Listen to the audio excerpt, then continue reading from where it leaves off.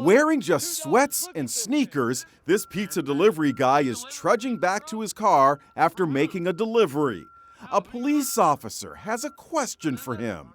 You delivering a pizza, bro? 20-year-old Connor Stephanoff just walked half a mile to deliver a pizza to a hungry customer. Then he had to walk the entire way back because the road was closed. This dude I don't even know where he came from. Then the officer pops a big question. Did you get a good tip? $2. How much was their order?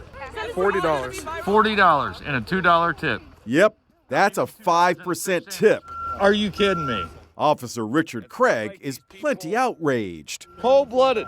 $2. Look at this man. This man walked through hell and high water to deliver a pizza.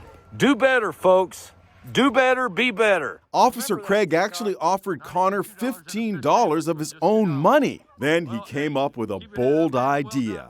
Start a GoFundMe drive. It's working. Donations are pouring in. More than $11,000. A far cry from that original tight-fisted 5% tip. It's now a 27,500% tip.